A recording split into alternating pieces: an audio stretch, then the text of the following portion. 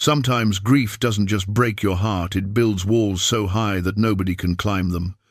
For 2 years, Sarah McKenna had been that kind of broken, the kind folks whispered about but never tried to help. In a dusty frontier town, everyone believed the widow was beyond saving. Her anger kept people away. Her sorrow made them afraid. Then, a mountain man named Caleb Stone rode in. He'd lost plenty himself and knew what real pain looked like. When Sarah's rage exploded in the town square, Caleb didn't back down. He stepped forward and saw what nobody else could see, a woman worth fighting for. What he did that night proved them all wrong. Before we jump back in, tell us where you're tuning in from, and if this story touches you, make sure you're subscribed, because tomorrow I've saved something extra special for you. The town of Redemption Creek sat in a valley where the wind carried the scent of pine and sage across dusty streets. It was 1874, and Wyoming territory still felt wild enough that a man could disappear into the mountains and never be found. The town itself was small, maybe 200 souls on a good Sunday, but it had everything a frontier community needed. A general store run by Martha Collins, a woman with silver hair and knowing eyes who'd buried 2 husbands herself. A saloon where miners and ranch hands spent their wages, a doctor's office where old Doc Hartley set bones and delivered babies, and occasionally pulled bullets from men who'd made poor choices. Sheriff Ben Wade kept what peace there was to keep, which wasn't much most days. The McKenna Ranch sat 3 miles outside town, tucked against the foothills where the grassland met the timber. It had been a fine spread once. Thomas McKenna had built it with his own hands, starting with a cabin and adding on as his fortunes improved. He'd worked a small silver claim up in the mountains, nothing that would make him rich, but enough to keep a roof overhead and plans for the future. He'd married Sarah Brennan when she was 22, a schoolteacher from back east who'd come west looking for something different than parlors and propriety. They'd been happy. Everyone in town could see it. The way Thomas's face lit up when Sarah drove the wagon into town for supplies, the way she'd touch his arm when they walked together, casual and comfortable, like they'd been married 50 years instead of 5. They'd talked about children, about expanding the ranch, about growing old together, watching sunsets from their porch.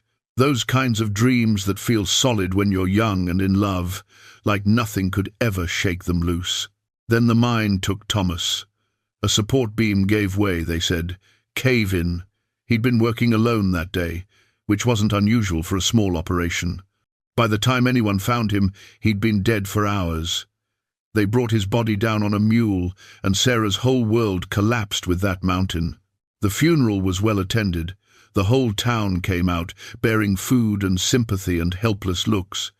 Sarah stood by the grave like she was carved from stone, her face pale and empty. She didn't cry, didn't speak, just stared at that wooden coffin like if she looked hard enough she could will her husband back to life. When they lowered him into the ground, something in her seemed to go down with him. For a few months people tried. Martha brought casseroles and sat on Sarah's porch, talking gently about grief and time and healing. Doc Hartley stopped by to check on her, worried about her health. Sheriff Wade made sure to ride past the ranch regularly, just to see that she was managing. Young women from the church offered to help with chores. But Sarah turned them all away, politely at first, then with increasing coldness. The ranch began to show neglect. Fences sagged. Weeds overtook the garden Sarah had once tended so carefully. The barn door hung crooked on its hinges. The paint on the house peeled and faded. It was like watching something die in slow motion, and the town could only stand by and witness it. Sarah herself changed in ways that hurt to see. The warmth left her eyes. Her movements became sharp and quick, like an animal that expected attack. She came to town only when necessary, speaking to no one unless she had to, her jaw tight and her gaze distant. She wore the same dark dress every time, mourning clothes that she seemed determined never to take off. Around her neck, on a thin silver chain, hung her wedding ring. She'd stopped wearing it on her finger, but she couldn't let it go entirely. People whispered, the way people do, poor Sarah, such a shame, so young to be a widow, someone should do something. But nobody did, not really, because what could they do? Grief, like hers, was a fortress, and she'd made it clear she wanted no visitors. Then, 2 years to the month after Thomas died, a stranger rode into Redemption Creek, leading a pack-horse laden with supplies. He was a big man, tall and broad-shouldered, with a thick, dark beard shot through with grey, and eyes that had seen considerable weather. He wore buckskin and wool, mountain clothes, broken in and practical. He moved with the easy confidence of someone who'd spent more time alone than in company, who knew how to read the land and the sky and the subtle shifts in the wind. He took a room at the boarding house run by Widow Crane, paying for a week in advance with silver coins that had the dull shine of hard use. He didn't offer his name right away, and Mrs. Crane, who'd learned not to pry into the business of men who came down from the mountains, didn't ask. But by evening, word had spread. The stranger's name was Caleb Stone.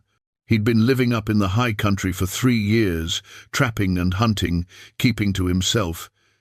He'd come down because winter supplies were running low, and he needed a farrier to shoe his horse. He wasn't unfriendly exactly. He nodded to folks who greeted him, answered direct questions with economy and courtesy. But he didn't volunteer much, and there was a quality to his silence that suggested a man who'd left something behind and had no interest in discussing what it was. Doc Hartley, who made a habit of befriending newcomers over chess and whiskey, invited Caleb to his office that first evening.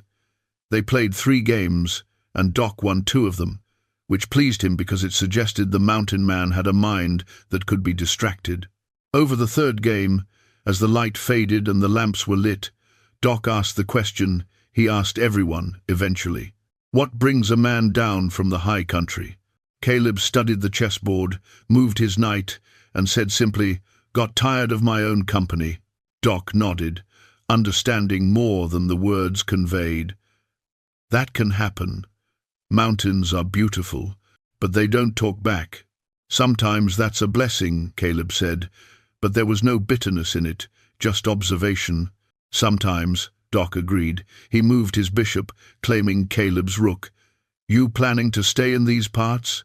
Caleb shrugged. Haven't decided. Depends on what there is to stay for.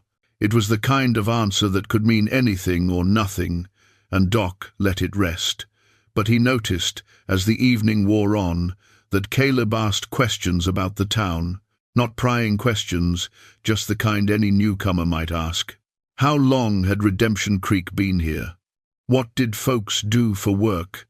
Was it a peaceful place? And eventually, casually, as if it didn't matter much, saw a woman earlier, dark dress, kept to herself, looked like she was carrying the weight of the world. Doc's expression shifted, sadness crossing his weathered face. That'd be Sarah McKenna. Lost her husband 2 years back, mining accident. She took it hard. Caleb was quiet for a moment, his gaze distant. It is, Doc said, watching the mountain man carefully. Some people carry it better than others. Sarah, she's locked herself away with it. Won't let anyone close. We've tried, but he spread his hands helplessly.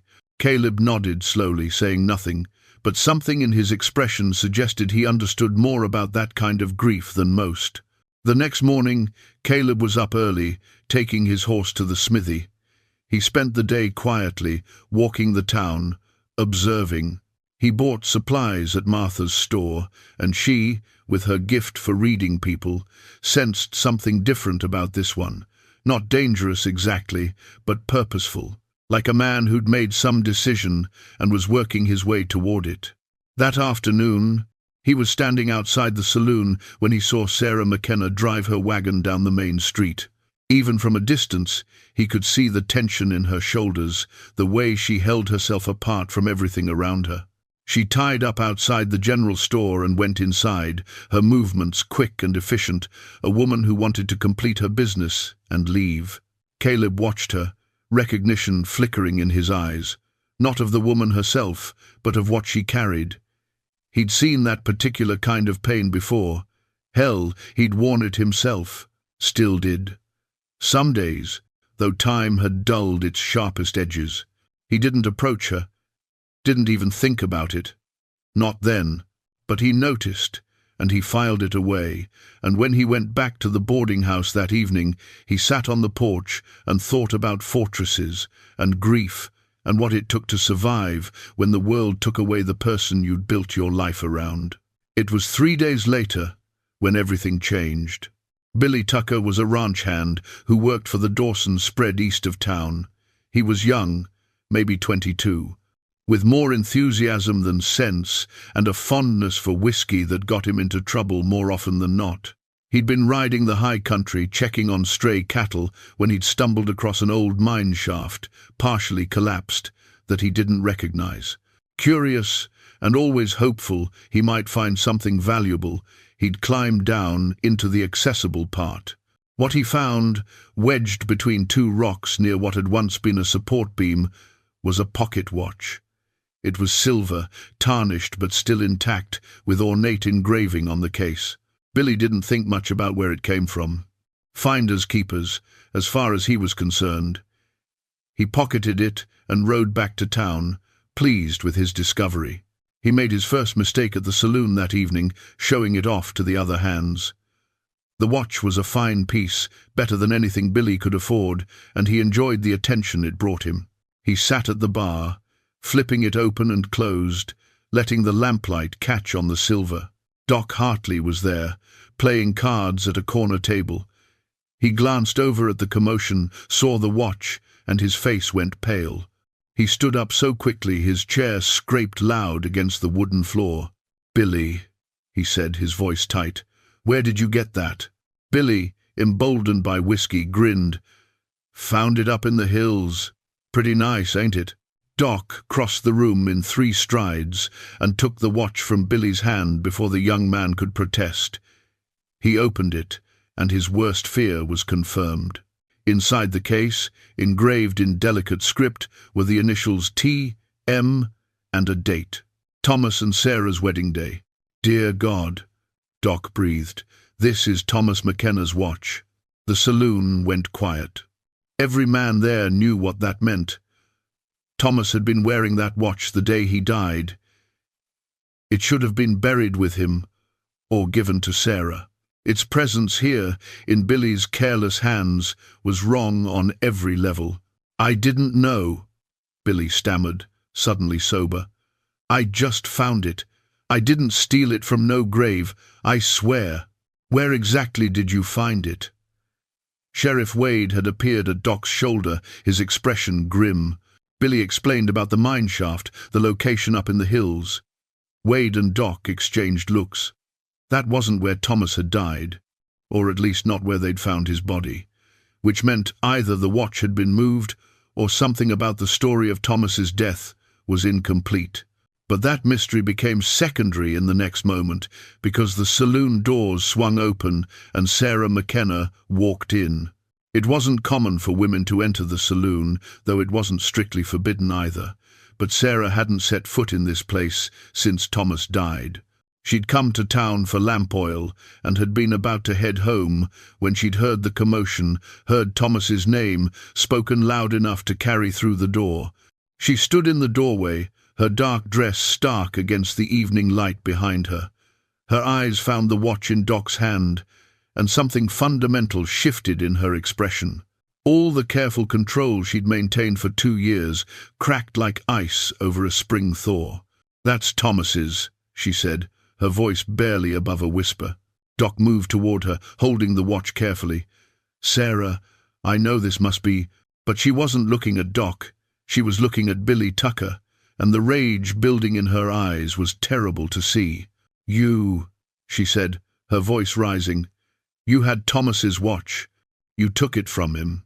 "No, ma'am, I swear I just found it." "Liar!" The word came out as a scream. Sarah lunged forward, and before anyone could react, she'd grabbed Billy by his shirt and slammed him back against the bar. She was a small woman, but fury gave her strength. You robbed his body. You left him in that mine to die, and you took his watch." "Sarah, no." Sheriff Wade tried to pull her back, but she fought him, wild and beyond reason. Billy, terrified and confused, tried to defend himself. "I didn't do nothing. I found it in a mine shaft. The mine where you left him to die." Sarah's hands were around Billy's throat now, and it took both Wade and Doc to pry her loose. She fought them like a cornered animal, screaming accusations and grief and rage that had been bottled up for 2 years.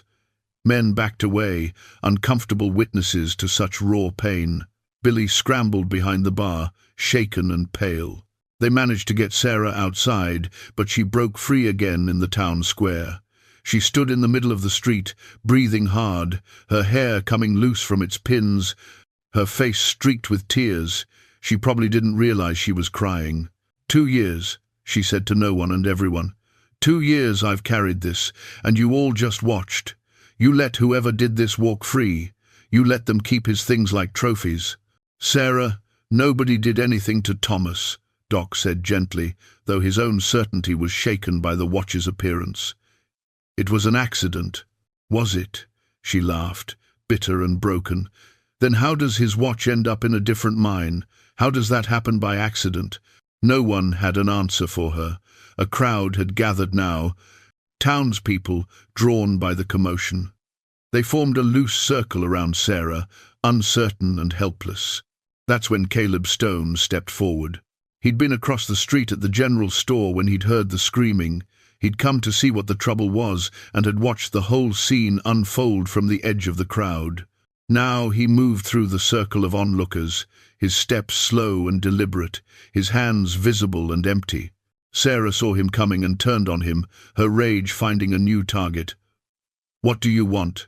Come to stare like the rest of them?" Caleb stopped about 10 feet away, far enough that she wouldn't feel cornered, close enough that he didn't have to raise his voice. "No, ma'am," he said quietly. "I came because I know what it's like to be angry at the whole world because the one person you want to be angry at is gone." Sarah stared at him, her chest heaving. "You don't know anything about me." "I know you loved your husband," Caleb said. "I know he died and left you alone, and that's not fair, and it's not right. I know you've been carrying that anger, because it's the only thing that feels like you're still fighting for him. And I know that watch in Doc's hand feels like someone stole the last piece of Thomas from you." His words cut through her rage like a knife. Sarah's expression crumbled, confusion replacing fury. "Who are you?" she whispered. "Someone who understands," Caleb said simply. "My wife died 3 years ago. For a long time after, I wanted to hit something, break something, make someone else hurt the way I was hurting. So I know, ma'am. I know exactly how you feel right now." The silence that followed was profound. Everyone in that square had tried to comfort Sarah at some point over the past 2 years. They'd offered sympathy, casseroles, prayers, helpful advice about time healing all wounds. But no one had ever simply said, "I understand. I've been where you are.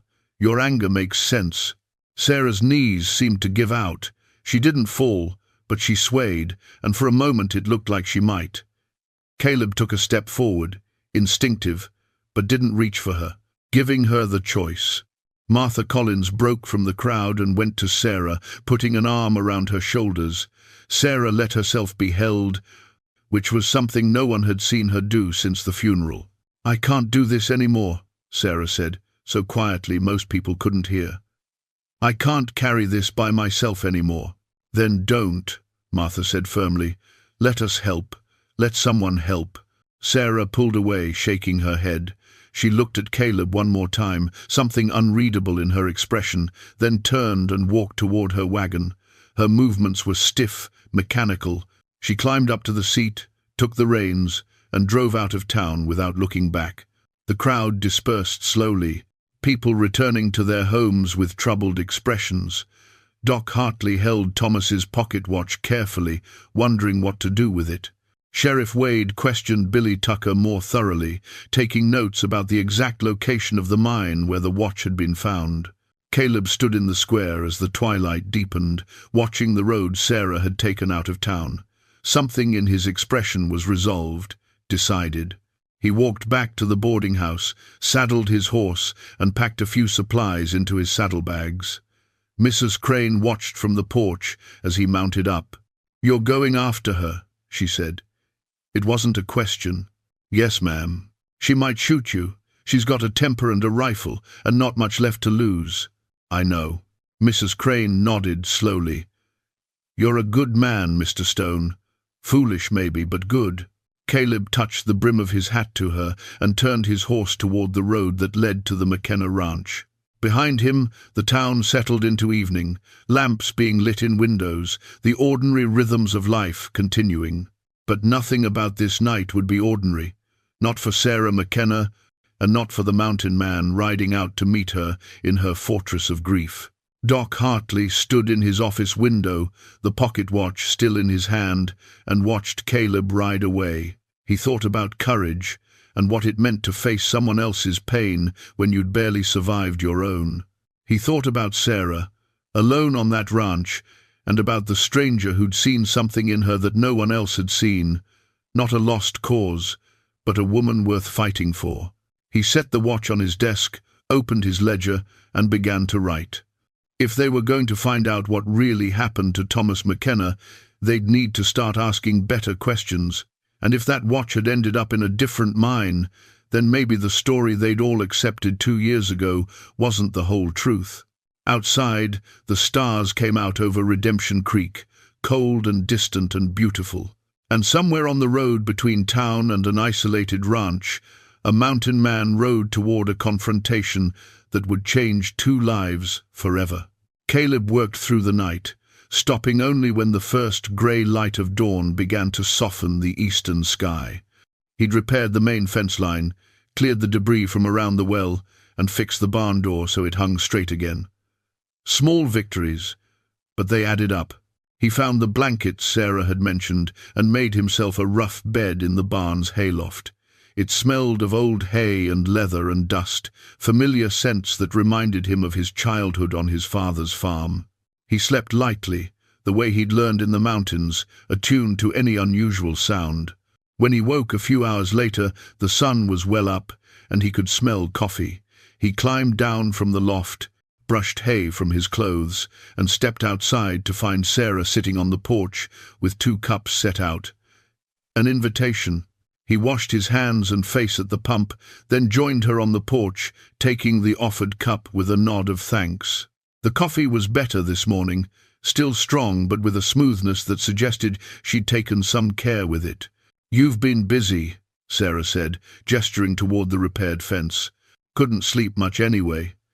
Seemed like a good use of the time. They sat in companionable silence, drinking their coffee and watching the valley wake up. Birds called from the trees. A light breeze carried the scent of wildflowers. It was peaceful in a way that felt almost fragile, like something that could shatter with the wrong word. "I need to go into town," Sarah said finally. "Supplies are running low. I'll ride with you, if you'd like."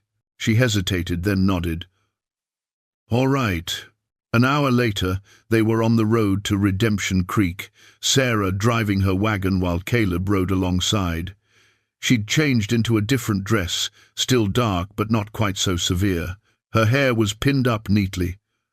Small things, but they suggested someone who was starting to emerge from the fog of grief. They didn't talk much during the ride. There was no need. Sometimes the most comfortable thing was just presence, without the burden of conversation. When they reached town, heads turned. People noticed Sarah arriving with Caleb Stone riding beside her wagon. Noticed that she looked different somehow, still sad, still carrying her grief, but not quite so lost. The town's gossip mill would be working overtime by afternoon. Martha Collins saw them first. She was sweeping the boardwalk in front of her store when they pulled up, and her weathered face broke into a smile. "Sarah McKenna," she said warmly. "Good to see you, dear." "Martha." Sarah's response was cautious but not hostile. "Progress. While Sarah went inside to gather supplies, Caleb waited on the boardwalk. Doc Hartley emerged from his office across the street and crossed over, his medical bag in hand. "Mr. Stone," he said, "heard you rode out to the McKenna place last night. News travels fast. Always does in a small town." Doc studied him with shrewd eyes. "How is she?" "Hurting," Caleb said honestly. "But maybe ready to start healing. Time will tell." Doc nodded slowly. "I'm glad someone finally got through to her. We've all been worried." He paused, weighing his words. "There's something you should know. After Thomas died, Sarah lost a baby. Not many people know she swore me to silence as her doctor. But if you're going to be around her, you should understand what she's carrying." "She told me," Caleb said. "Last night." Doc's eyebrows rose. "Did she? That's significant. She hasn't spoken of it to anyone, not even Martha. And those two were close as sisters once. Sometimes it's easier to tell a stranger. Less history to navigate. Perhaps." Doc shifted his medical bag to his other hand. "I also wanted to tell you something about that watch Billy found. Sheriff Wade and I rode out to the mine shaft yesterday. The location doesn't match where we found Thomas's body, which raises questions." Caleb's expression hardened. "What kind of questions?" "The kind that suggest Thomas's death might not have been the accident we all assumed it was." Before Caleb could respond, Sheriff Wade himself appeared, as if summoned by the conversation. He was a solid man in his 50s, with the careful eyes of someone who'd seen his share of trouble. "Doc, Stone." He nodded to each of them. "I was hoping to have a word with Mrs. McKenna when she's finished in the store." "What about?" Caleb asked, his tone protective. "Just some follow-up questions about Thomas, about his activities in the weeks before he died. I'm starting to think we didn't ask enough questions 2 years ago." Sarah emerged from the store at that moment, her arms full of parcels. Martha followed with more supplies, helping load them into the wagon. She saw the 3 men standing together, and her expression grew wary. "Mrs. McKenna," Wade said, approaching respectfully, "I apologize for the intrusion, but I need to ask you some questions about your husband, about the days before his accident." Sarah's face went pale. "Why? What's happened?" "That watch Billy found has raised some concerns. The location doesn't match up with what we thought we knew about Thomas's death. I need to understand his movements better, his business dealings. Did he have any partners? Anyone he was working with at the mine?" Sarah set down the parcels she was holding, gripping the wagon for support. Caleb moved to her side instinctively, ready to steady her if needed. "There was someone," she said slowly, her voice tight. "A man from back east. Jack Morrison. He provided some of the capital for Thomas to expand his claim. They had a business arrangement." Wade pulled out a notebook, writing quickly. "What kind of arrangement?" "I don't know all the details. Thomas handled the business side of things, but Mr. Morrison would visit sometimes, and they'd go over papers in Thomas's office." She paused, a memory surfacing. "Thomas was troubled the last few weeks. I asked him what was wrong, but he said it was just business concerns, nothing for me to worry about." "Did Morrison visit around the time of the accident?" I don't remember. Maybe?" Sarah's distress was growing. "Why does this matter? What are you suggesting?" Wade looked uncomfortable. "I'm not suggesting anything yet, ma'am. Just trying to understand what happened. Do you still have any of Thomas's business papers?" "They're in his office at the house. I haven't touched anything in there." "I couldn't." Her voice broke. Caleb placed a hand gently on her shoulder, a quiet gesture of support. "Would you permit me to come out and look through those papers?" Wade asked. "With your permission, of course." Sarah looked overwhelmed, the fragile peace of the morning shattered. She turned to Caleb, seeking guidance. "It's your choice," he said quietly. "But if there's any chance of understanding what really happened to Thomas, it might be worth knowing." She nodded slowly. "All right. Yes, you can look at the papers." But I need to go home now. Of course. I'll ride out this afternoon, if that's acceptable. Sarah agreed, and within minutes, she and Caleb were heading back toward the ranch, the wagon full of supplies, but the mood considerably darker than it had been on the journey in. They were halfway home when Sarah finally spoke. What if it wasn't an accident? Her voice was barely above a whisper. What if someone killed Thomas? Then we find out who and why, Caleb said firmly, and we make sure they answer for it. I don't know if I can do this. Opening it all up again, reliving it. You won't be doing it alone, Caleb interrupted. I'll be there. For as long as you need. Sarah looked at him, tears threatening. Why? Why would you do that for someone you barely know? Because Rebecca taught me that the best way to honor the dead is to keep living, and sometimes that means helping someone else learn how to live again too.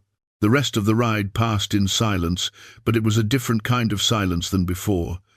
Heavier, weighted with the possibility that Sarah's world was about to be upended once more.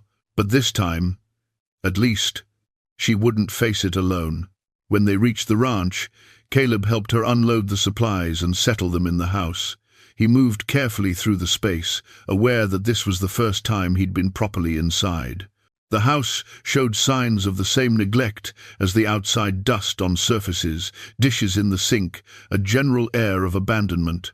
But there were also signs of the life that had been lived here, photographs on the mantel showing Sarah and Thomas on their wedding day, both of them young and radiant.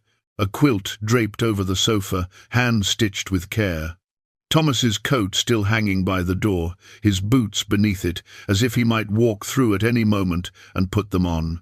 And on a shelf in the corner, partially hidden, was a small wooden toy horse, hand-carved and smoothed with love. The toy meant for the child who would never play with it. Caleb saw it, but said nothing, understanding that some griefs were too tender to speak aloud. They worked together in quiet efficiency, putting away the supplies, making the house functional again. It felt like a small reclaiming of space that had been surrendered to sorrow. By the time Sheriff Wade arrived that afternoon, they were as ready as they could be. Sarah led him to Thomas's office, a small room at the back of the house that she clearly hadn't entered in 2 years. The door stuck when she tried to open it, swollen with disuse. Caleb helped her force it open, and they stepped into a space frozen in time.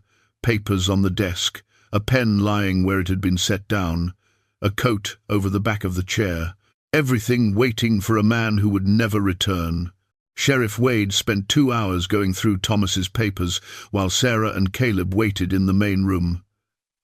The silence was heavy, broken only by the rustle of documents and Wade's occasional murmur as he made notes. When he finally emerged, his expression was grim. "Mrs. McKenna, did you know your husband had taken out a significant loan from Jack Morrison?" Sarah's face went white. "A loan? No, he never mentioned a loan." Wade held up a document. "According to this partnership agreement, Morrison provided $5,000 for mine expansion.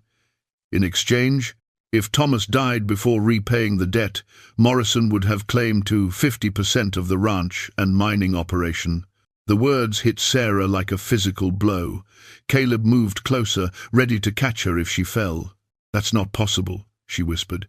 "Thomas would never risk the ranch. This was our home, our future."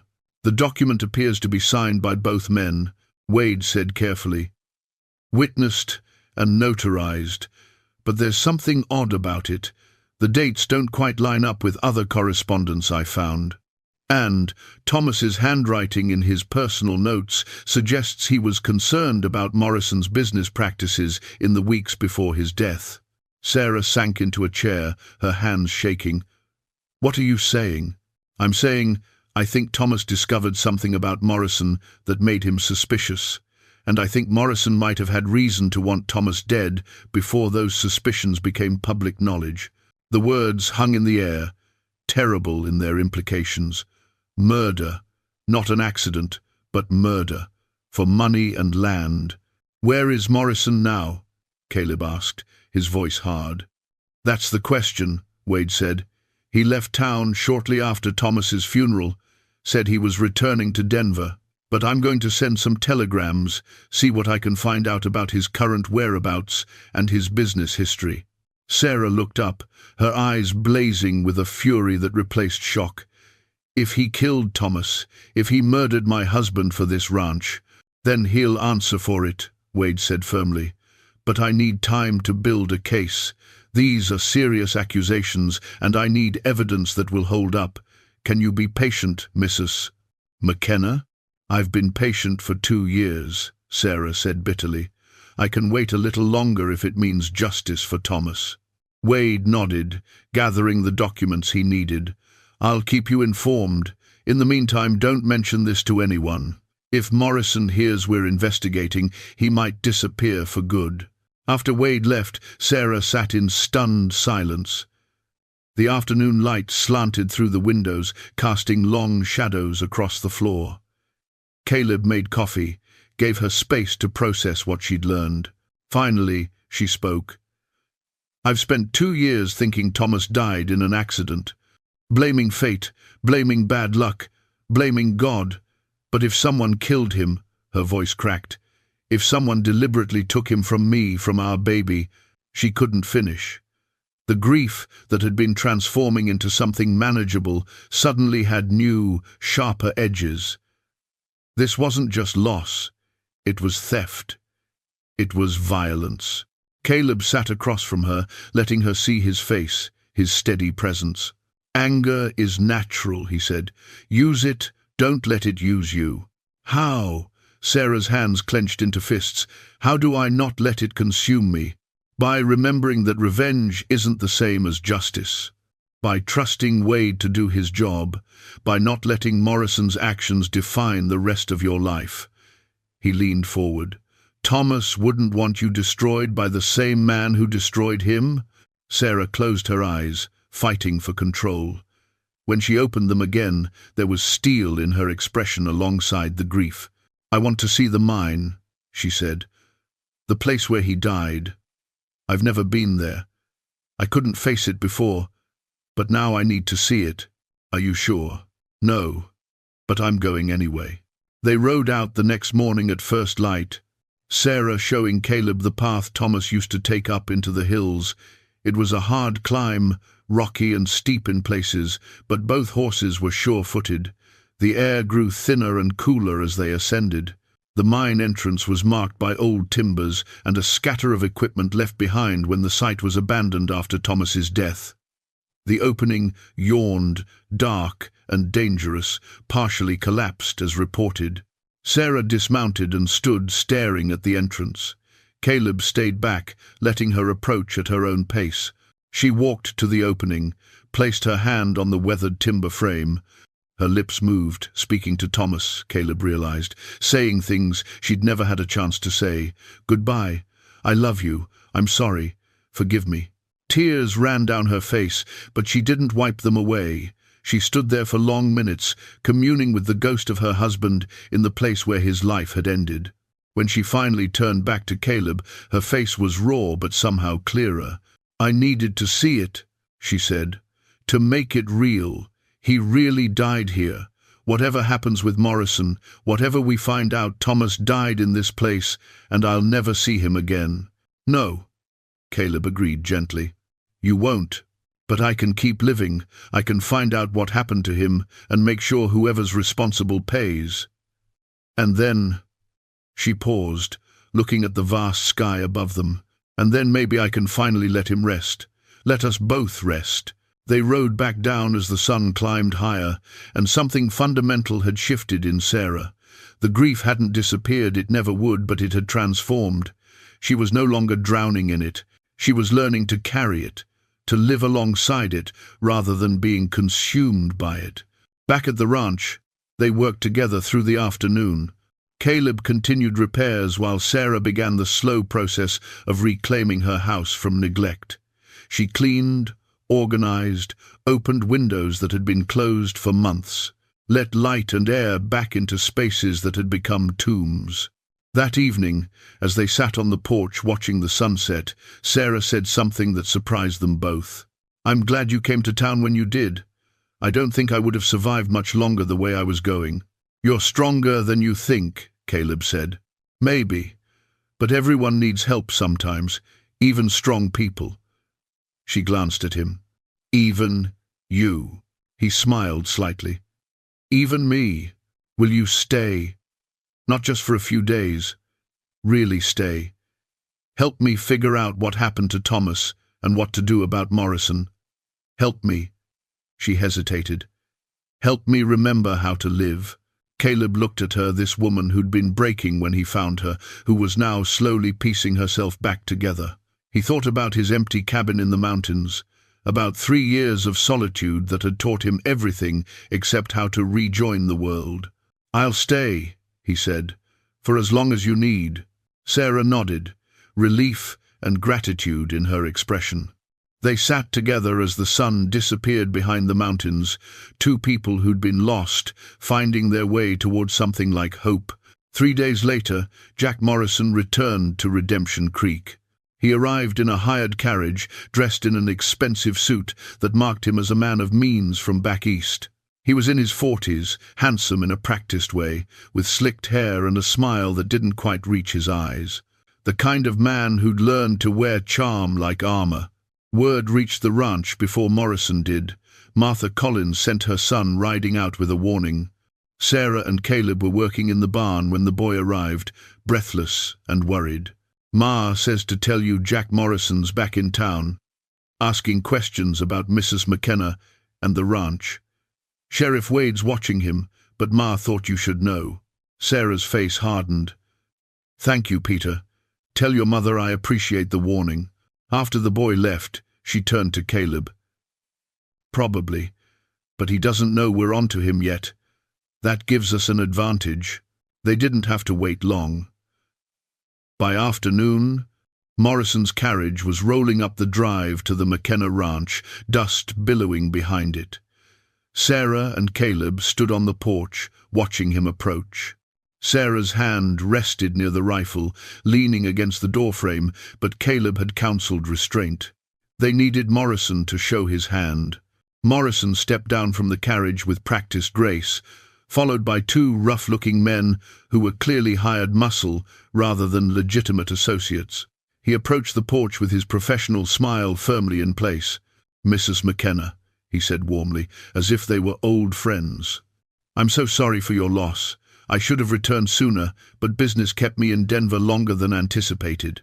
Mr. Morrison. Sarah's voice was ice. What brings you here? Legal matters, I'm afraid. He pulled a document from his coat pocket. I believe you're aware of my business arrangement with your late husband. I'm aware you claim to have a business arrangement. Morrison's smile flickered. It's not a claim, Mrs. McKenna. It's a legally binding contract. Thomas borrowed $5,000 from me to expand his mining operation.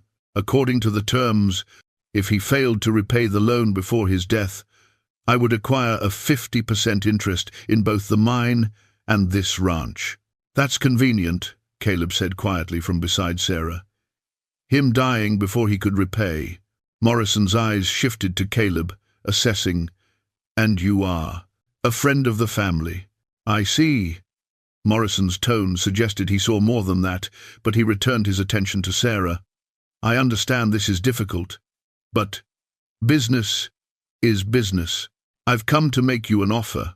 Rather than force a partition of the property, which would be expensive and unpleasant for both of us, I'm prepared to buy your half of the ranch for a fair price. You could relocate to town, start fresh, without the burden of maintaining this place alone. How generous, Sarah said, her voice dripping with sarcasm. And if I refuse, then I'm afraid I'll have no choice but to pursue my legal rights through the courts. The judge will review the contract and almost certainly rule in my favor, at which point we'll be co-owners of this property, which I imagine would be quite uncomfortable for you. Caleb stepped forward slightly, his presence a quiet warning. That contract might not be as solid as you think. Morrison's mask slipped for just a moment, calculation showing through. The document was properly witnessed and notarized. It will stand up to any scrutiny. Will it? Sheriff Wade's voice came from behind Morrison, making the man spin around. Wade must have followed at a distance, waiting for the right moment. "Because I've been looking into your business dealings, Mr. Morrison. Interesting pattern I've found. 3 other men who borrowed money from you in the past 5 years. All of them died in accidents before repaying their debts. All of them had wives or heirs who sold their property to you at reduced prices." Morrison's face went pale, then red. "That's absurd. Coincidence, nothing more." "Maybe," Wade said, moving closer. "But I've also found witnesses at the mine who remember seeing you in the area the day Thomas died. You told everyone you were in Denver that week, but I have testimony putting you right here in Redemption Creek." "Lies. Someone's confused about dates." "Am I confused about this?" Wade pulled out a piece of paper. "This is a telegram from the Denver Marshal's office. They have no record of you being in Denver during the time in question, but I have 3 different people who saw you here, including the blacksmith who shoed your horse 2 days before Thomas's accident." Morrison's hired men shifted uncomfortably, hands moving toward their weapons. Caleb's hand moved casually to his own belt, where his knife hung. The tension ratcheted up instantly. "Careful," Wade said to the hired men. "You're already accessories to fraud. Don't add assault to the charges." Morrison's control was cracking, his smooth facade fractured, revealing something cold and desperate underneath. "You can't prove anything. Even if I was in town, that doesn't mean I had anything to do with Thomas's death." "Actually," Sarah said, her voice steady despite her rage, "I think it proves quite a lot. Especially combined with the fact that Thomas wrote several letters expressing concern about your business practices. Letters we found in his office, dated just days before he died." This was a bluff. They'd found no such letters, but Morrison didn't know that. His reaction was telling. He went very still, his eyes darting between Sarah, Caleb, and Wade. "I want to see these alleged letters." "They're in Sheriff Wade's custody as evidence," Sarah lied smoothly. "Along with testimony from the mine foreman about unusual activity near Thomas's claim in the days before the collapse." Morrison's composure shattered completely. "You self-righteous fools, you have no idea what you're interfering with. That mine was worth 10 times what Thomas thought. I found the assay reports he was hiding. There's a vein of silver that could make us all rich. But your stubborn husband wanted to do things honestly, wanted to give me back my investment and cut me out." The admission hung in the air, damning and complete. Sarah's face went white with fury. "You killed him for money," she whispered. "You murdered my husband, left me alone, cost me my child, all for money." Morrison seemed to realize his mistake, but it was too late. Wade had his hand on his gun, and Caleb had moved to block any escape route. "Thomas was a fool," Morrison said, desperation making him cruel. "He had a fortune under his feet and was too simple to see it. I offered him a fair deal. He refused. What happened next was his own fault." "What happened next," Wade said coldly, "was murder. Jack Morrison, I'm arresting you for the murder of Thomas McKenna and for fraud." That's when Morrison's men made their move. The bigger one went for his gun, but Caleb was faster. He crossed the distance in 2 strides, disarming the man with brutal efficiency and putting him on the ground. The second man grabbed Sarah, using her as a shield, which was his last mistake. Sarah, who'd spent 2 years channeling her grief into rage, drove her elbow back into the man's gut with all her strength. As he doubled over, she spun and brought her knee up into his face. He went down hard, blood streaming from his broken nose. Morrison tried to run for the carriage, but Wade tackled him before he'd gone 5 steps. They went down in a tangle of limbs and dust. Morrison fought like a cornered rat, but Wade had 30 years of experience handling violent men. Within moments, Morrison was on his belly with his hands behind his back, Wade's knee in his spine. "You're done," Wade said, breathing hard. "You're going to hang for what you did to Thomas McKenna." Morrison's response was a string of curses and threats, but they meant nothing. He was caught, and he knew it. His hired men, faced with assault charges and possible accessory to murder, immediately started talking, each trying to distance himself from Morrison's actions. Sarah stood on her porch, breathing hard, her hair disheveled from the brief fight. She looked at Morrison being hauled to his feet in chains, and something in her expression was both satisfied and heartbroken. "It doesn't bring him back," she said quietly to Caleb. "Knowing who killed him, seeing Morrison arrested, it doesn't bring Thomas back." "No," Caleb agreed, "but it gives you something to build on. Truth instead of questions, justice instead of wondering." Wade loaded Morrison and his men into the carriage, turning it into a prison transport. Before he left, he approached Sarah with Thomas's pocket watch. "This belongs to you," he said gently. "I kept it as evidence, but I think you should have it now." Sarah took the watch with trembling hands. She opened it, saw the inscription inside, and tears finally came. Not the angry, bitter tears of the past 2 years, but something cleaner, grief without the poison of unanswered questions. "Thank you," she whispered.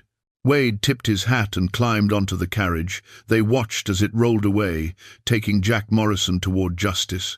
As the dust settled, Sarah and Caleb stood together on the porch.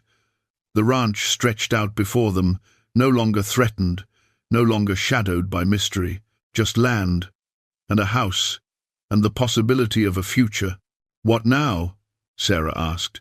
Caleb looked at her, this woman who'd been broken and was putting herself back together, piece by careful piece. "Now you decide what kind of life you want to build, with or without ghosts, with or without fear." Sarah looked down at the watch in her hands. Then, with deliberate care, she closed it and slipped it into her pocket. Not discarding Thomas's memory, but putting it in its proper place. Part of her past, not the sum of her future. "I think," she said slowly, "I want to build something new. Something that honors what I had, but doesn't try to recreate it." "That sounds like a good start." They stood together as the sun began its descent toward the mountains, and for the first time in 2 years, Sarah McKenna could breathe without the weight of unanswered questions crushing her chest. The days following Morrison's arrest brought a strange kind of peace to the ranch. With the mystery solved and justice set in motion, Sarah felt something she hadn't experienced in 2 years, the ability to breathe without drowning. But peace, she discovered, brought its own complications. Without the consuming rage and grief to occupy her every thought, she found herself facing questions she'd been avoiding, questions about who she was now, what she wanted, and what came next. Caleb had moved from the barn into the spare room at Sarah's insistence. It felt natural, having him in the house. He rose early, made coffee, handled repairs that had been neglected for too long. They worked side by side during the days, restoring the ranch to what it had been. In the evenings, they sat on the porch and talked about Rebecca and Thomas, about loss and healing, about the future that stretched uncertain before them both. The town noticed, of course. Martha Collins made a point of visiting, ostensibly to bring preserves, but really to assess the situation. She found Sarah in the garden, actually planting vegetables for the first time in 2 years. "You look better," Martha said bluntly. She'd never been one for dancing around truths. "More like yourself." "I feel like a different person than I was," Sarah admitted, brushing dirt from her hands. "I'm not sure who this new version is yet." "That's fair. Grief changes us. Caleb's been good for you." Sarah felt her cheeks warm. "He's been a friend when I needed one." Martha's knowing look said she suspected it was more than friendship, or would be eventually.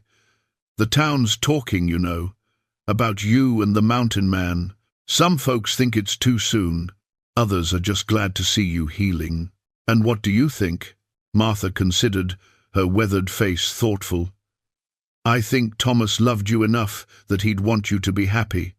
I think 2 years is a long time to be alone with grief. And I think Caleb Stone is a good man who looks at you like you matter, That's not something to dismiss lightly. Sarah's eyes prickled with tears. I still love Thomas. Of course you do. You always will. But loving Thomas and building a new life aren't mutually exclusive. The heart's got more capacity than we give it credit for. After Martha left, Sarah sat in her garden and thought about what the older woman had said. About capacity, about moving forward, about the difference between betraying memory and honoring it by continuing to live. That evening, she and Caleb took a walk along the fence line, checking the repairs he'd made. The sun was setting, painting the sky in shades of gold and purple. The valley spread out before them, beautiful in its vastness. I need to tell you something, Sarah said, stopping at the highest point where they could see for miles. I'm grateful for everything you've done, the way you've helped me, stood by me. But I'm scared. Of what? Of feeling things I'm not ready to feel, of wanting things that feel like a betrayal. She looked at him directly. I'm scared because when I look at you, I don't just see a friend anymore. And that terrifies me, because it means I'm letting Thomas go, and I'm not sure I know how to do that. Caleb's expression was gentle, understanding. You're not letting him go, Sarah. You're making room for something else alongside the memory of him. That's different. Is it? Because it feels the same to me. When Rebecca died, I thought I'd never feel anything for anyone again. Didn't want to. The idea of caring about someone else felt like erasing her, but that's not how it works. He paused, choosing his words carefully. Rebecca taught me how to love. She made me a better man. That doesn't go away just because she's gone. And if I ever care about someone again, it'll be because she taught me how. That's not betrayal. That's honoring what she gave me. Sarah's tears spilled over. I don't know if I'm ready. Then we wait until you are. I'm not going anywhere. They stood together in the fading light, not touching, just existing in each other's presence. It was enough for now. The next week brought news from Cheyenne. Morrison's trial was set for 3 weeks hence. Sarah would need to testify, to relive the worst days of her life in front of a courtroom full of strangers. The thought made her sick with anxiety. I'll go with you, Caleb offered when Sheriff Wade delivered the summons. You don't have to face this alone. The whole town will be watching, Sarah said. People will talk. Let them talk. You've got nothing to be ashamed of. Doc Hartley visited the day before they were set to leave for Cheyenne. He found Sarah packing, her hands shaking as she folded clothes. I can give you something for the nerves, he offered. Laudanum, just a small dose. Take the edge off. Sarah shook her head. No. I need to do this clear-headed. I need to look Morrison in the eye and tell the truth about what he took from me. I can't do that fuzzy with medicine. Doc nodded approvingly. You're stronger than you think, Sarah McKenna. Always have been. You just forgot for a while. How do I do this, Doc? How do I stand up there and tell a room full of strangers about Thomas, about the baby, about all of it? You do it the same way you've survived the past 2 years, one breath at a time, one word at a time. And you remember that you're not doing it for Morrison or the court or the town. You're doing it for yourself, for closure, for justice. The night before they left, Sarah couldn't sleep. She found herself in Thomas's office, standing in the doorway, looking at the space that had been his. She'd cleaned it, organized it, but she'd kept his things, his books, his maps, the coat draped over his chair. Caleb found her there, standing in the moonlight. Second thoughts? He asked quietly. No, just saying goodbye, I think, really saying it. Instead of just pretending, he's going to walk through the door someday. She moved into the room, touched Thomas's desk, his chair, ran her fingers over the spines of his books.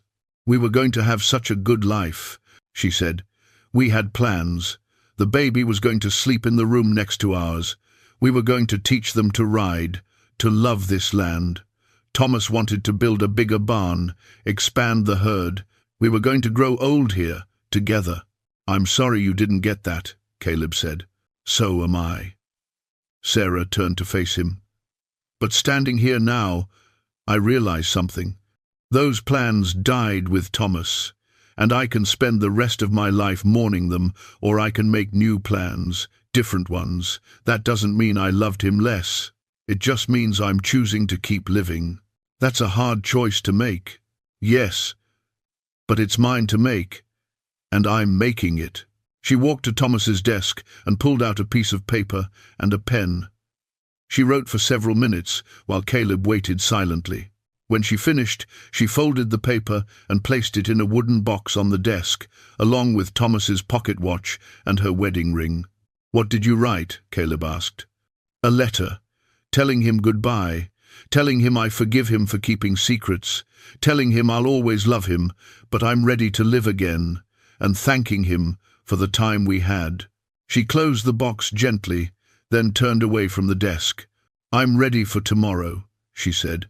I'm ready to testify, and I'm ready for whatever comes after. The journey to Cheyenne took 2 days. They traveled with Sheriff Wade, who'd arranged for lodging at a respectable boarding house. The city was overwhelming after so much time at the isolated ranch. Noise, crowds, the constant movement of people and wagons. Sarah felt exposed, vulnerable, but Caleb stayed close, his presence a steadying force. They walked the streets in the evening, letting her acclimate. He showed her small kindnesses, buying her dinner at a restaurant, pointing out interesting sights, keeping the conversation light when she needed distraction and quiet when she needed to think. The night before the trial, they sat in the boarding house parlor. Other guests had retired, leaving them alone with the crackling fire and the distant sounds of the city. Are you frightened? Caleb asked. Terrified, Sarah admitted. What if I freeze up there? What if I can't get the words out? Then you take a breath and try again. The judge will understand. You're not on trial, Sarah. Morrison is. All you have to do is tell the truth. The truth is so much harder than I thought it would be. Having to say out loud that I was pregnant, that I lost the baby. Having to admit that Thomas kept secrets from me. Having to face the fact that our life together wasn't as perfect as I remember it. Nothing's perfect, Caleb said gently, but that doesn't make it less valuable. You and Thomas loved each other. You built something real. The fact that he made a mistake with Morrison doesn't erase the good years. Sarah looked at Caleb in the firelight, this man who'd appeared in her life at exactly the moment she needed him most, who'd seen her at her worst and hadn't turned away, who'd helped her rebuild not just her ranch but herself. After tomorrow, she said quietly, after the trial, what happens then? Whatever you want to happen. And if I wanted, she paused, gathering courage, if I wanted to see where this goes, between us, would you want that too? Caleb's expression softened. Sarah, I've wanted that since the first night I fixed your fence, but I needed you to want it too, needed you to be ready. I think I'm getting there. Not all the way yet, but closer. That's enough, Caleb said. We can take it slow. We've got time. They sat together by the fire until it burned low, talking about possibilities and futures and the shape of hope. And when Sarah finally went to bed, she slept better than she had in months, knowing that tomorrow she would face the past so she could finally, truly, begin building toward the future. In the morning, she dressed carefully, choosing her best dress. Not morning black, but a deep blue that Thomas had always said brought out her eyes. A small rebellion, a small reclaiming of herself. She braided her hair carefully, pinned it up, looked at herself in the mirror and barely recognized the woman staring back. Not the grief-stricken widow everyone had written off, not the angry, broken woman she'd been. Someone new, someone who'd survived terrible things and was still standing. I can do this, she whispered to her reflection. I can face him, I can tell the truth, and then I can move forward. Caleb was waiting downstairs, dressed in his best clothes, his hair trimmed, his beard neat. He looked at her and smiled. You look strong, he said. You look ready. I am, Sarah replied. and for the first time in a long time, she meant it. Order was eventually restored, though it took several minutes, and the threat of clearing the courtroom, Morrison was hauled back to his seat, still muttering curses and threats. His outburst had sealed his fate more effectively than any testimony could have. The jury had seen him lose control, had heard him essentially confess to murder in front of a room full of witnesses. Sarah was allowed to step down. She made her way back to her seat on legs that threatened to give out. Caleb stood as she approached, and for a moment she thought she might collapse into his arms, right there in front of everyone. But she held herself together, sat down, and let him take her hand beneath the edge of the bench where no one could see. The trial continued for another hour. Morrison's lawyer tried to salvage something, arguing that his client's outburst was misunderstood, that stress and false accusations had driven him to speak rashly. But the damage was done. The jury's faces told the story they'd already made up their minds. The judge called for closing arguments. The prosecutor spoke passionately about justice for Thomas McKenna, about a man who'd worked hard and played fair and been murdered for it. About a widow who'd suffered alone for 2 years while her husband's killer walked free. About the need to hold men like Morrison accountable, to show that wealth and clever lawyers couldn't buy freedom from consequence. Morrison's lawyer made a half-hearted attempt to suggest reasonable doubt, but his heart clearly wasn't in it. Morrison had destroyed any chance of acquittal with his courtroom outburst. The jury was sent to deliberate. Sarah, Caleb, and Sheriff Wade waited outside in the afternoon sun. Other spectators milled about, smoking and talking in low voices. Everyone expected a quick verdict. They weren't disappointed. Less than an hour later, the bailiff called them back inside. The jury had reached a decision. Sarah's heart pounded as they filed back into the courtroom. Morrison sat slumped at his table, the fight finally gone out of him. He looked old suddenly, diminished, a small man who'd tried to make himself bigger through cruelty and greed. The judge asked the foreman for the verdict. On the charge of murder in the first degree, we find the defendant guilty.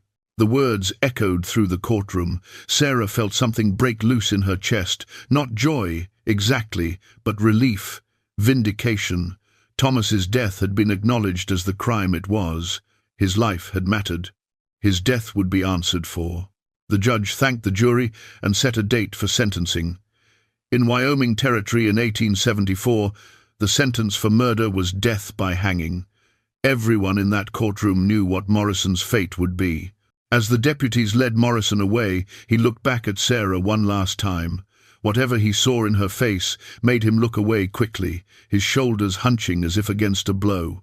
Outside the courthouse, people congratulated Sarah, shook Caleb's hand, praised Sheriff Wade for his persistence.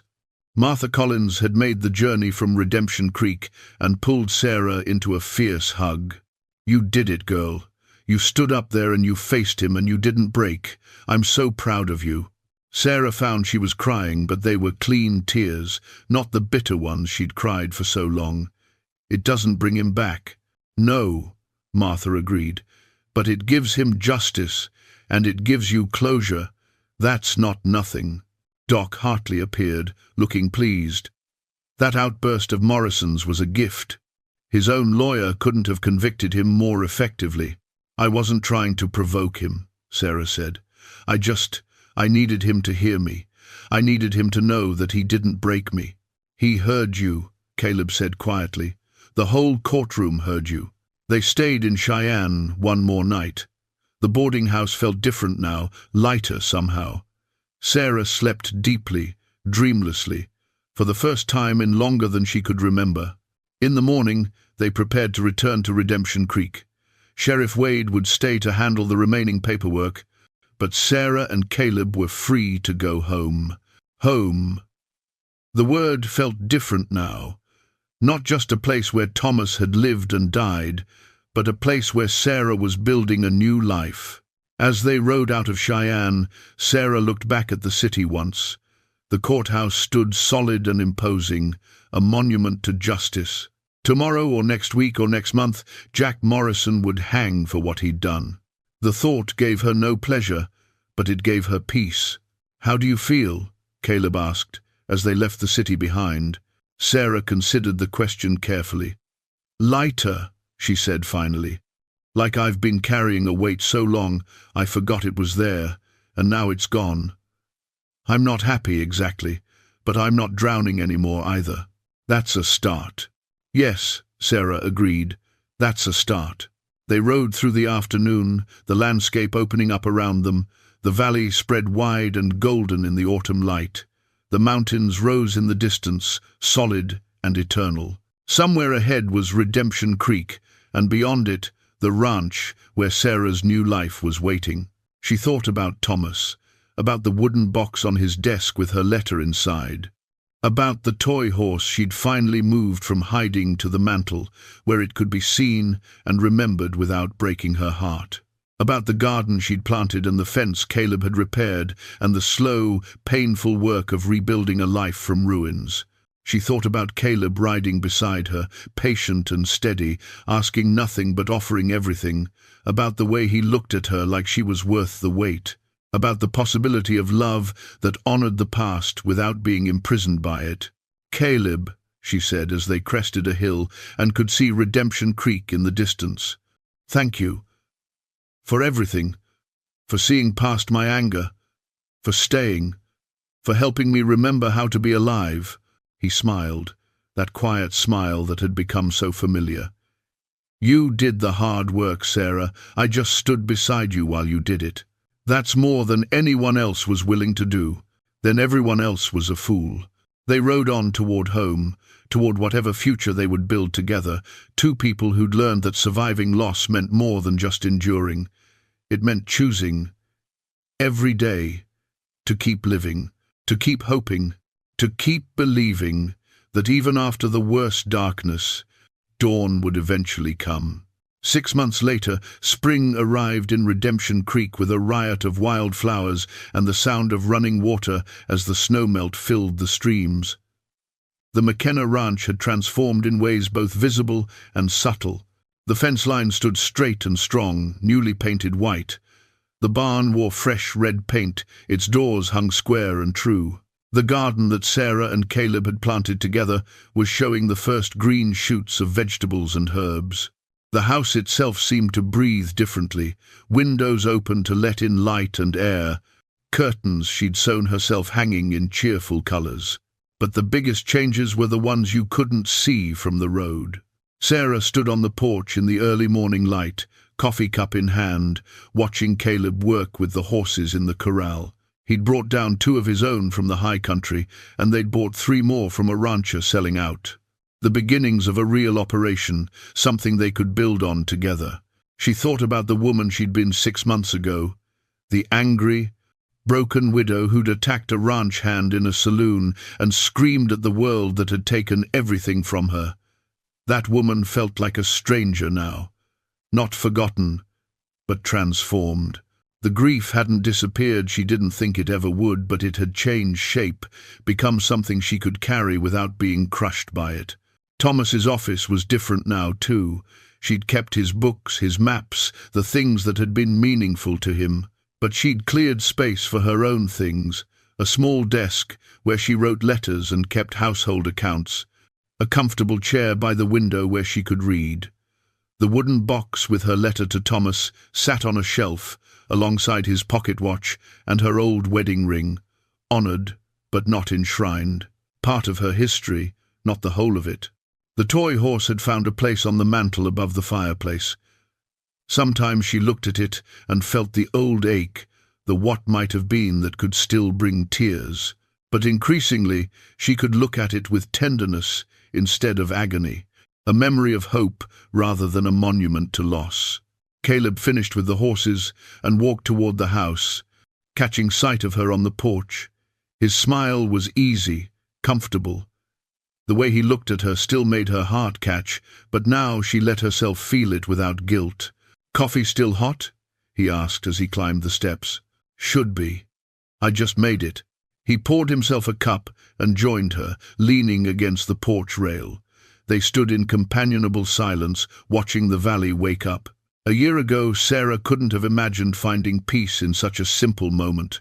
Now it felt like the most natural thing in the world. "Martha stopped by yesterday while you were in town," Sarah said. "She wanted to remind us about the church social next week." Caleb raised an eyebrow. "Is she still trying to get us married?" Sarah laughed. "Not in so many words, but she did mention that Reverend Peters is available any time we might need his services." "And what did you tell her?" "That we're doing just fine as we are." It was true. They'd settled into a life that worked for them, undefined by anyone else's expectations. Caleb lived in the spare room. They worked the ranch together, made decisions together, built something together. Whether they formalized it with marriage was a question they'd answer when they were ready, not before. The town had adjusted to their arrangement more easily than Sarah had expected. A few people had whispered, but most had simply been glad to see Sarah healing and the ranch thriving again. Doc Hartley had pronounced it the most sensible thing he'd seen in years. Sheriff Wade, who'd returned from Cheyenne with news of Morrison's execution, had simply nodded approvingly and wished them well. "I was thinking," Caleb said, "we should plant an apple orchard where that scrubland is on the east side. Take a few years to mature, but it'd be good for the future." The future. They talked about it now, made plans, imagined possibilities. Sarah had thought she'd never be able to do that again. But here she was, planning apple orchards and discussing next year's crops and thinking about the shape of the years ahead. "I'd like that," she said. "Thomas always wanted an orchard." Caleb nodded, understanding what she wasn't saying. That she could honor Thomas's dreams while building new ones. That remembering the past didn't mean being trapped by it. A rider appeared on the road from town, and as he got closer, they recognized young Peter Collins, Martha's son. He rode up to the porch, breathless and excited. "Letter for you, Mrs. McKenna. Came all the way from Cheyenne." Sarah took the envelope with curiosity. It was official-looking, bearing the seal of the territorial court. She opened it carefully while Caleb thanked Peter and sent him on his way. The letter was from the court administrator. Morrison's assets, seized after his conviction, had been liquidated. After all debts and legal fees were paid, there was a substantial sum remaining. As Thomas McKenna's widow and Morrison's primary victim, Sarah was entitled to the full amount. She read the figure twice, making sure she understood it correctly. It was enough to expand the ranch significantly, to hire help, to make real improvements, more than enough to secure their future. "What is it?" Caleb asked, seeing her expression. She handed him the letter. He read it carefully, then whistled low. "That's a considerable amount of money. Blood money," Sarah said quietly. "Built on murder and fraud." "Maybe," Caleb agreed, "but you could turn it into something good. Use it to build something honest, make it mean something other than Morrison's crimes." Sarah looked out at the ranch, at the life they were building. "We could expand. Really make this place what Thomas dreamed it could be." "We could," Caleb said carefully. "Is that what you want?" Sarah thought about it, about dreams old and new, about honoring the past while choosing the future. "Yes," she decided, "but not just Thomas's dream. Our dream. Yours and mine. Something we build together." Caleb's smile was warm with approval. "That sounds right." They spent the rest of the morning making plans, sketching ideas, imagining possibilities. The orchard on the east side. A new barn to replace the one that was barely standing. Maybe hiring a hand or two to help with the heavy work. The mine could be reopened cautiously, worked properly this time, without Morrison's greed driving every decision. By afternoon, Sarah was exhausted but exhilarated. She felt more alive than she had in years, engaged with the present instead of trapped in the past. That evening, they sat on the porch as the sun set, painting the sky in shades of rose and gold. Sarah thought about the night Caleb had first ridden out to the ranch, how she'd stood on this same porch with a rifle and a heart full of rage. How far she'd come since then. how far they'd both come. "Caleb," she said quietly, "I want you to know something." He turned to her, attentive. "I'm happy," she said simply. "For the first time since Thomas died, I can honestly say I'm happy. Not because I've forgotten him or stopped loving him, but because I've learned how to live with his loss instead of drowning in it. And that's because of you. Because you saw me at my worst and didn't turn away." Caleb took her hand, his grip warm and steady. "You did the work, Sarah. I just held the light while you found your way through the dark." She smiled, tears threatening but not falling. "Then let's keep going forward together. Whatever comes next, let's face it the way we've faced everything else, side by side. I wouldn't have it any other way." They sat together as the stars began to appear. Two people who'd been broken and had learned to heal, who'd been lost and had found their way to something like wholeness. The ranch stretched out before them in the gathering darkness, solid and real and full of promise. Sarah McKenna had been called untouchable, unreachable, beyond saving. But she'd proved them all wrong. Not because someone had climbed the walls around her heart, but because someone had been patient enough to wait at the gate until she was ready to open it herself. And in opening that gate, she'd found not just healing but hope. Not just survival, but life. Sometimes grief doesn't just break your heart. Sometimes it builds walls so high that nobody can climb them. But sometimes, if you're lucky, someone comes along who doesn't try to scale those walls or tear them down. Someone who simply stands outside and says, "I understand, I'll wait, and whenever you're ready, I'll be here." That's not weakness. That's not giving up. That's the bravest kind of love there is. And in a valley in Wyoming territory, on a spring evening in 1875, two people who'd learned that lesson the hard way sat together on a porch and looked toward a future neither of them had thought possible. Together, healing, whole,